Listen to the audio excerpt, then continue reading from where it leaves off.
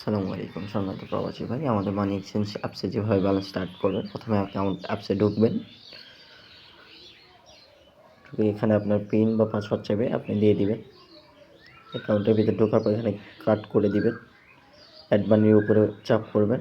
নাম্বারটা কপি করে নিয়ে আপনি যে দোকান থেকে পেমেন্ট করেন, পেমেন্ট করে দিয়ে আসবেন। দিয়ে এসে আবার অ্যাপসে ঢুকবেন। আমি পেমেন্ট করে আসছি, ঠিক আছে?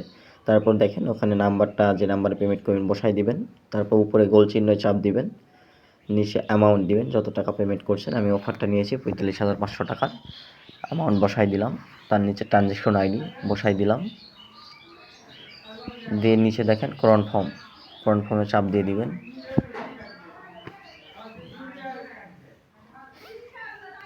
দেখেন এখানে আপনার 5 থেকে 10 মিনিট অপেক্ষা করতে বলতেছে, বাট এত সময় লাগবে না। আপনার হয়তো 10 থেকে 15 সেকেন্ড বা 20 সেকেন্ড, সর্বোচ্চ 1 মিনিট সময় লাগবে, ঠিক আছে? তো দেখেন ওই যে ব্যালেন্সটা অ্যাড হয়েছে, তার নোটিফিকেশনটা আমার অ্যাকাউন্টে চলে আসছে। তো এই যে দেখেন ব্যালেন্সটা চলে আসছে, ঠিক আছে?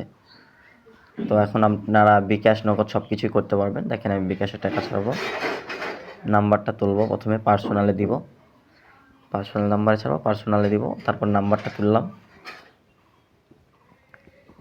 অ্যামাউন্ট 500, পিন আপনাদের যেটা পিন সেই পিনটা দিয়ে সেন্ড করে দিবেন। দেখেন এখানে 5 থেকে 10 মিনিট চাইতেছে, বাট এত সময় লাগবে না, ঠিক আছে?